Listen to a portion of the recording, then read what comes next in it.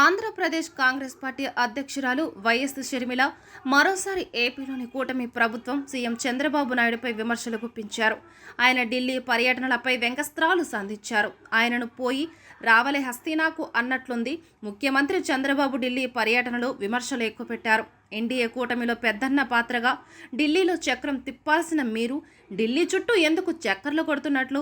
ముక్కుపిండి విభజన సమస్యలపై పట్టుబట్టాల్సింది పోయి బీజేపీ పెద్దలకు జీ హుజార్ అంటూ సలంలు ఎందుకు కొడుతున్నట్లు?